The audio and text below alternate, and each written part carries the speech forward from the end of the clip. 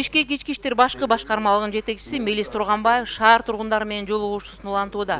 Бүгүн Ленин районунун райондук бөлүмдүү милициялары жана кварталдык жооптуу жарандар менен жолугушту. Милициянын карапайым калктын коопсуздугун тейлөөдө кандай деңгээлде иш алып барып жатышкандыгын биринчиден берген отчетторунан угуп, андан соң жашоочулардын пикири аркылуу талкуулады.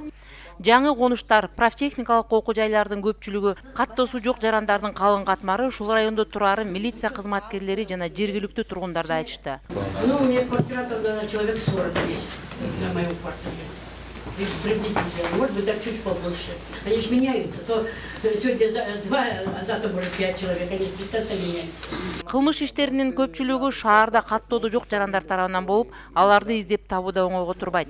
Ага карабастан былтыркы жылы бир топ кылмыш иштери өз убагында ачылып, уурдалган буюмдар ээлерине кайрылып берилип, кылмышкерлер өз жазаларын алышты деп өз ойлорун билдиришти милиция кызматкерлери. 102 номери менен чалууда участоктогу милиция кызматкерлери өз ордунда болбой калса, ошол эле номерге суроо талаптарын калтырып койсо боло турган система жасалганын, мындан ары милицияны ордунан таппай калдык же болбосо келбей койду деген маселе болбосун жетекчи чогулган элге түшүндүрүп өттү.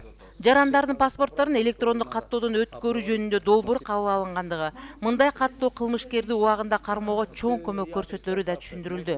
Ал эми Ленин районунда 10 февралда атайын ачылыш болуп, тургундарга дагы кененирээк түшүндүрмө берилери белгиленип өттү. Калктын бейпил жашоосуна кам көрүп, көйгөйлөрүн өз ооздорунан угууну туура көргөн Бишкек ички иштер башкы башкармалыгынын жетекчисинин мындан аркы жолугушууларына көз салыңыздар. Кабарлар KG сайты дайыма сиздер менен. Үмүт Мыканбетова, Азат Акматов.